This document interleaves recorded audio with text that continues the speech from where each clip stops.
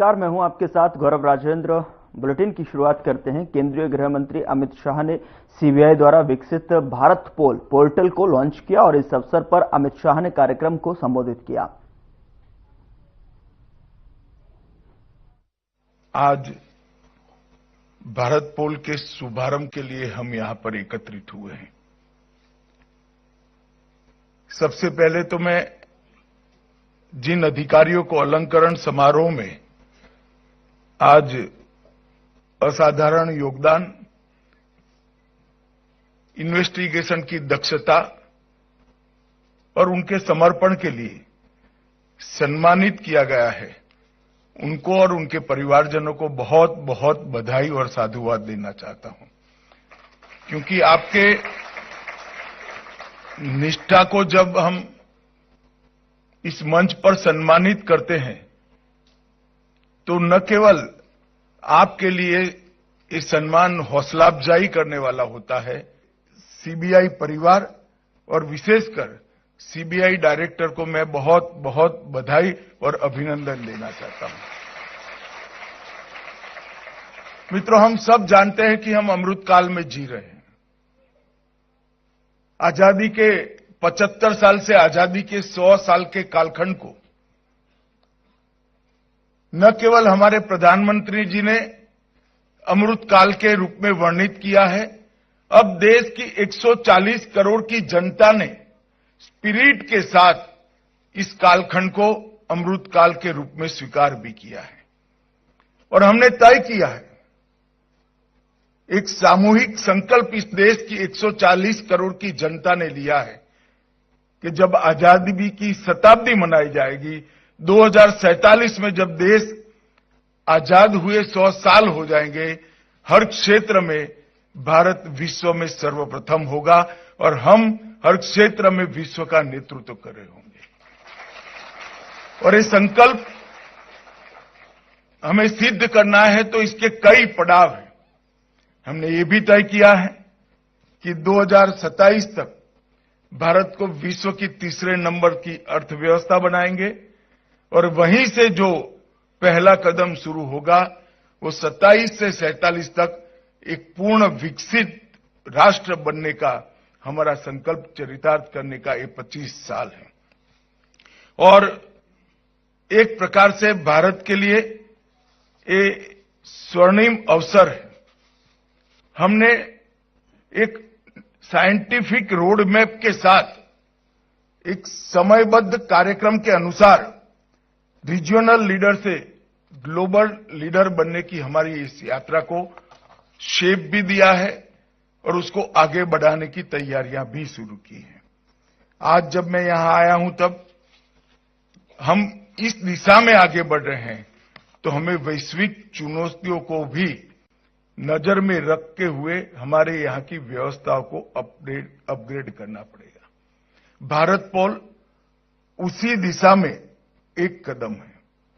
भारत पोल के 5 प्रमुख module connect, Interpol notice, references, broadcast और रिसोर्सेज, ये पांचों मॉड्यूल हमारी सभी कानून प्रवर्तन एजेंसियों को एकल मंच पर सहायता करने का एक सुंदर टेक्निकल मंच ये भारत पोल है। कनेक्ट के माध्यम से सीबीआई को भारत में इंटरपोल के रूप में, जो एनसीबी के रूप में मान्यता मिली है, सभी हमारी कानून प्रवर्तन एजेंसियां कनेक्ट के माध्यम से अब एक प्रकार से एनसीबी बन जाएगी। काम तो सीबीआई के द्वारा ही करना है, परंतु त्वरा इतनी बढ़ जाएगी कि जैसे वो एजेंसी ही एनसीबी हो। इंटरपोल नोटिस के लिए अनुरोधों का त्वरित, सुरक्षित और संरचित प्रसारण भी इससे सुनिश्चित हो जाएगा, जिससे बहुत त्वरा के साथ हम हमारे अपराधियों को लोकेट करने के लिए भी काम कर पाएंगे और दुनिया भर के अपराधियों को भारत में लोकेट करने के लिए भी हम एक वैज्ञानिक व्यवस्था खड़ी कर पाएंगे।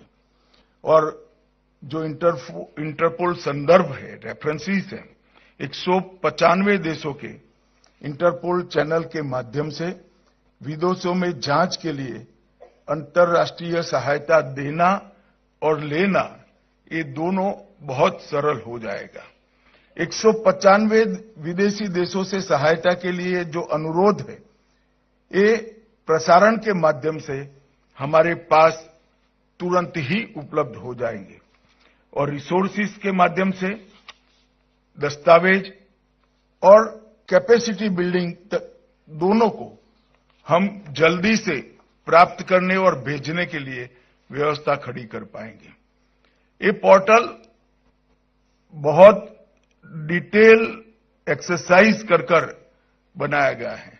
मैं मानता हूं कि रियल टाइम इंटरफेस, इसकी जो विशेषता है, वो पोर्टल अपराध नियंत्रण के लिए, हमारे एजेंसियों के लिए सीधा और प्रभावी संवाद सुनिश्चित करेगी।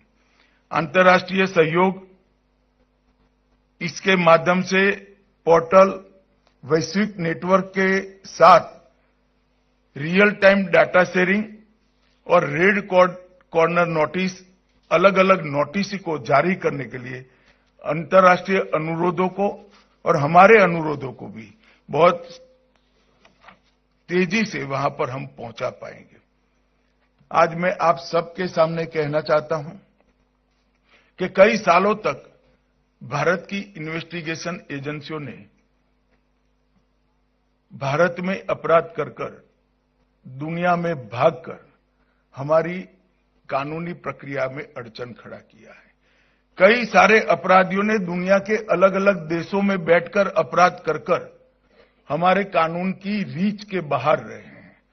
अब समय आ गया है कि हम आधुनिक व्यवस्थाओं का उपयोग कर कानून की रीच के बाहर रहे विदेश में बैठे हुए अपराधी और हमारे देश में अपराध कर विदेश भागे हुए अपराधी को हमारी कानून की नेट के अंदर ला पाए। हमने 3 जो क्रिमिनल जस्टिस सिस्टम की संहिताएं बनाई हैं, इसके अंदर हमने ट्रायल इन एब्सेंसिया का एक नया प्रावधान जोड़ा है। इसके माध्यम से एक न्यायिक प्रक्रिया के बाद इसको सुनिश्चित कर पूरा कर कोर्ट के अधिकृत ऑर्डर के साथ उनकी अनुपस्थिति में वो दुनिया के कोई भी कोने में छिपे हों, कोई भी कोने में बैठे हों, इन पर ट्रायल चलाना बहुत सरल हो जाएगा। और अगर एक बार ये भारत के अंदर सजा प्राप्त करते हैं तो उनको अनेक देशों से भारत में लाने की सरलता भी बढ़ जाएगी।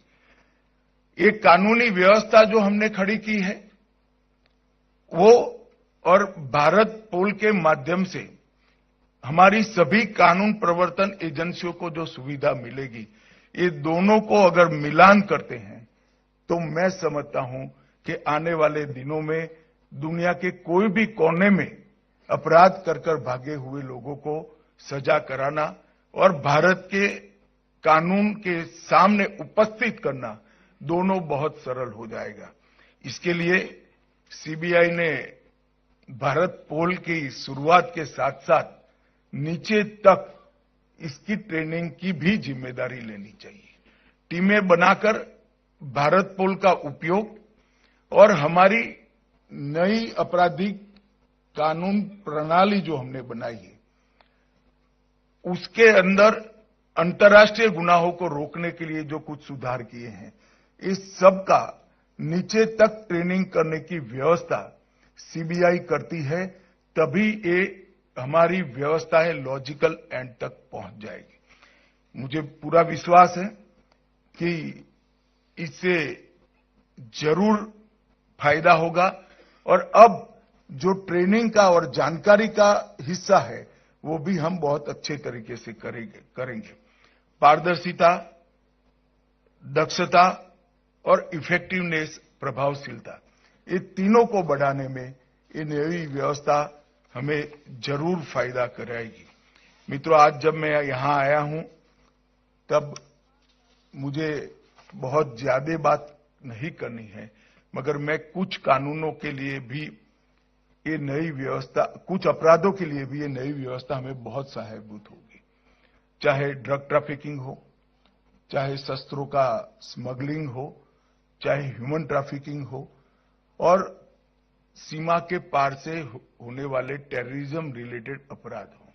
ये सभी अपराधों को एक राज्य की पुलिस अपने यहां के अपराध को भारत पोल के नेटवर्क के माध्यम से 195 देशों की पुलिस के साथ साझा कर इनका सहयोग प्राप्त करने में हमें बहुत बड़ी सहायता मिलेगी।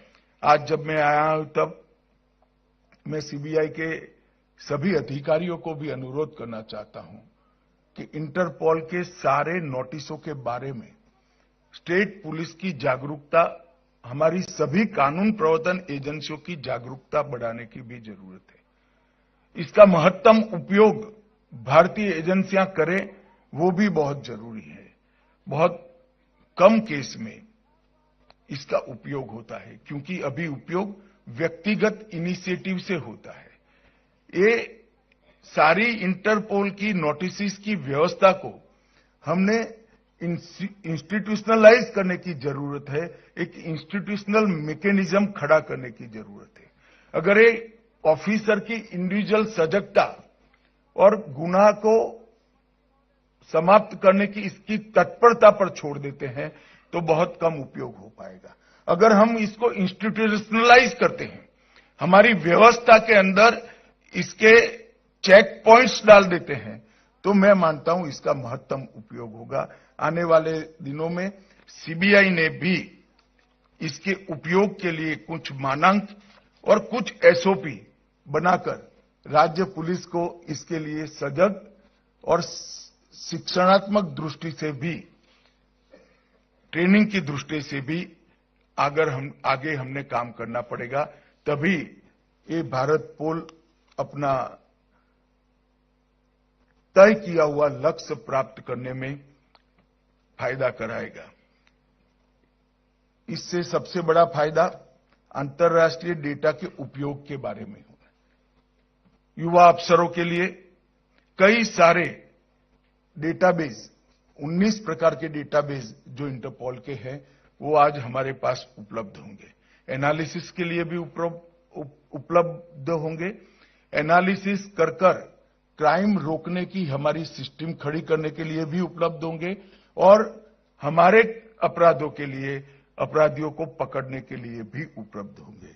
और साइबर अपराध की नई चुनौतियों को भी एक स्पीड के साथ इससे हम आगे ले जा सकते हैं। मैं आज यहां आया हूं तब फिर से एक बार सीबीआई के सभी अधिकारियों को राष्ट्रीय स्तर पर कैपेसिटी बिल्डिंग और नए कानून और भारत पोल दोनों के लिए एसओपी, इंटरपोल की व्यवस्था का मैक्सिमम उपयोग करने के लिए एक सिस्टम खड़ा करें और इसको इंस्टीट्यूशनलाइज करने का हम काम करें, ऐसा मेरा अनुरोध है।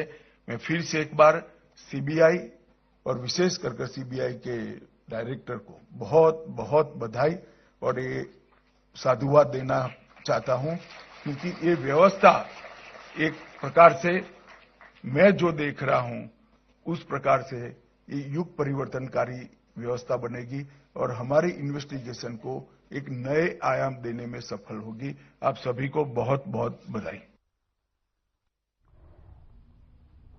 लखनऊ में साहिब श्री गुरु गोविंद सिंह के प्रकाश पर्व पर समारोह का आयोजन किया गया, जिसमें मुख्यमंत्री योगी आदित्यनाथ शामिल हुए। उन्होंने सिखों के 10वें गुरु गोविंद सिंह को श्रद्धांजलि अर्पित की।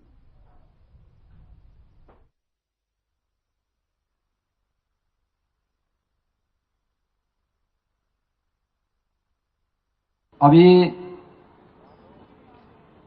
26 दिसंबर को और 27 दिसंबर को पूरे देश ने साहबजादा दिवस के साथ जुड़कर के गुरु गोविंद सिंह जी महाराज के चार साहबजादों के प्रति अपनी श्रद्धा को व्यक्त करते हुए उन्हें उनकी स्मृतियों को नमन किया। बाबा अजीत सिंह, बाबा जुझार सिंह, बाबा जोरावर सिंह और बाबा फतेह सिंह की शहादत के साथ ही माता गुजरी के प्रति श्रद्धा को व्यक्त करते हुए हम लोगों ने पूरे देश को देखा।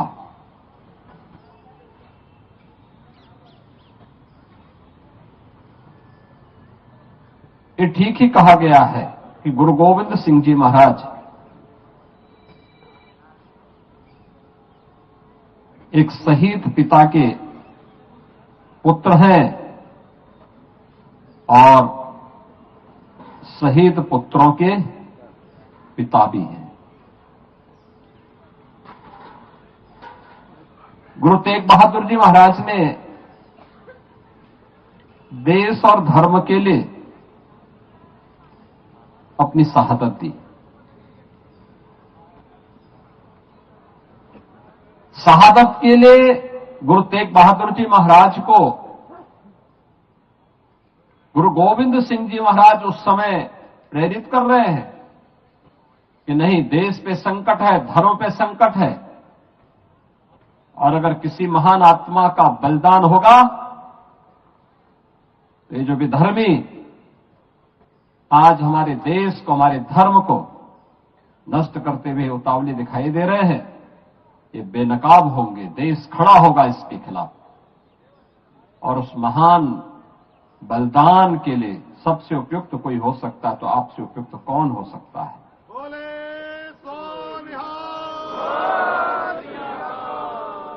और इसीलिए कहा गया है गुरु तेग बहादुर जी महाराज अपना शीश दिया, लेकिन भारत के शीश को बचा दिया। कश्मीर बच गया। कश्मीर भारत का हिस्सा है, आज भी है।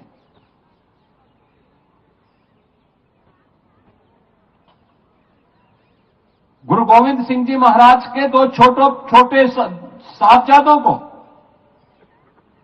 बाबा जोरावर सिंह और बाबा फतेह सिंह को, वजीर खान कहता है कि केवल एक बार, केवल मुंह से निकाल लो इस्लाम के को स्वीकार करने के लिए। उन्होंने कहा नहीं, ये नहीं हो सकता, और उन्हें जीवित ही दीवारों में चिन दिया गया। चमकौर के युद्ध में दोनों बड़े साहबजादा बाबा अजीत सिंह और बाबा जुझार सिंह शहादत को प्राप्त होते हैं। इस दुख में माता गुजरी देवी ने अपना स्वयं का प्राणोत्सर्ग किया। क्या स्थितियां रही होंगी, और उन विपरीत परिस्थितियों से आगे बढ़ते हुए गुरु गोविंद सिंह जी महाराज ने इतना सब कुछ खोने के बावजूद भी एक ही बात कही थी कि 4 में तो क्या हुआ, जीवित कही 1000। यह मंत्र आज भी पूरे भारत के लिए एक नई प्रेरणा है, एक नई प्रेरणा है। बचपन में भी हम सुना करते थे गुरु गोविंद सिंह जी महाराज के बारे में, 1.25 लाख से एक लड़ाऊं तो गोविंद सिंह नाम कहूं। क्या प्रेरणा थी? देश के लिए थी, धर्म के लिए थी, और उसी गुरु परंपरा के प्रति श्रद्धा का ये भाव हम सबको सदैव एक नया जीवन देता है, एक नई प्रेरणा प्रदान करता है, एक नई ऊर्जा का संचार करता है, हमें आगे बढ़ने के लिए प्रेरित करता है। गुरु गोविंद सिंह जी महाराज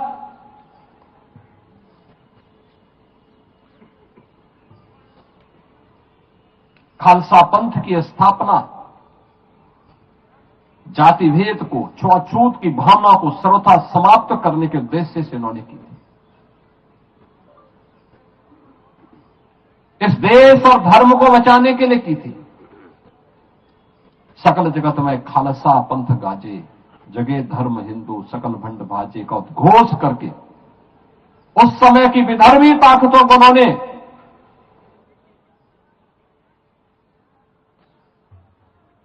उस रास्ते से हटने के लिए कहा, चाहे तो देश और धर्म के मार्ग में बाधक है।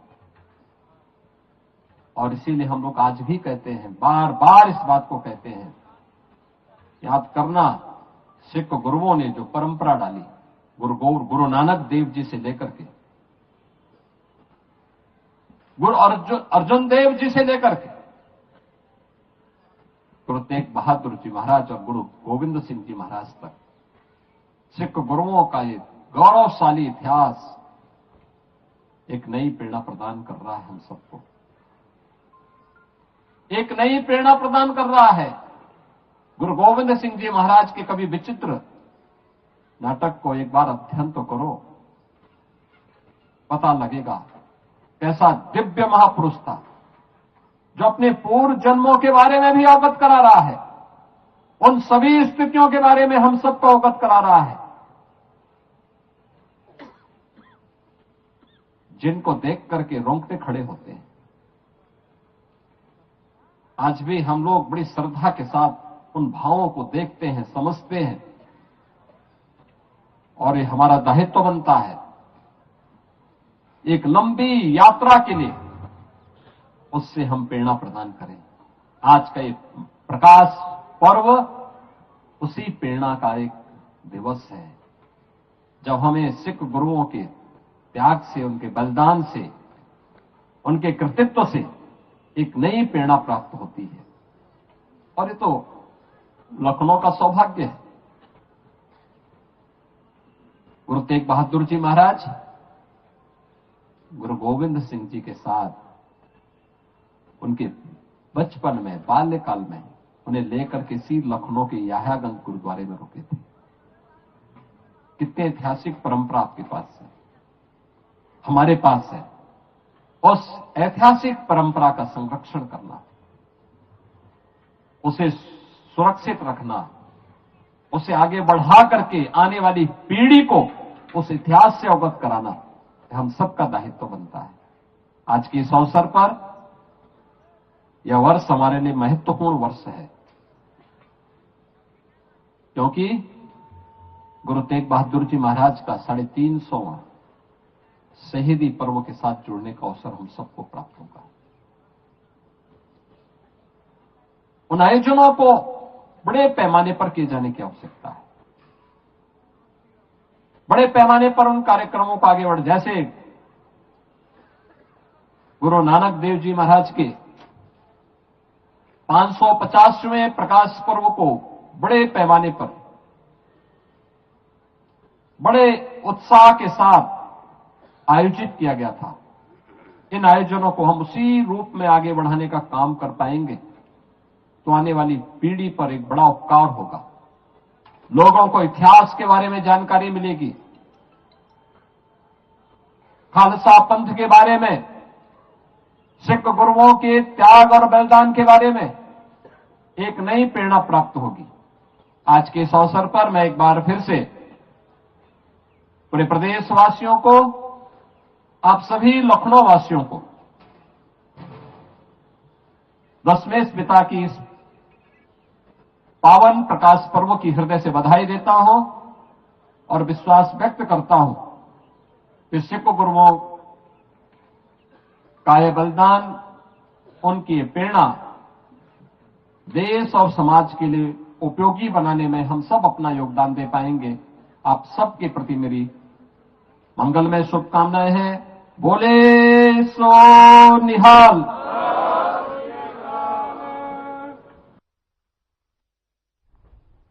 फिलहाल बुलेटिन में इतना ही। नमस्कार।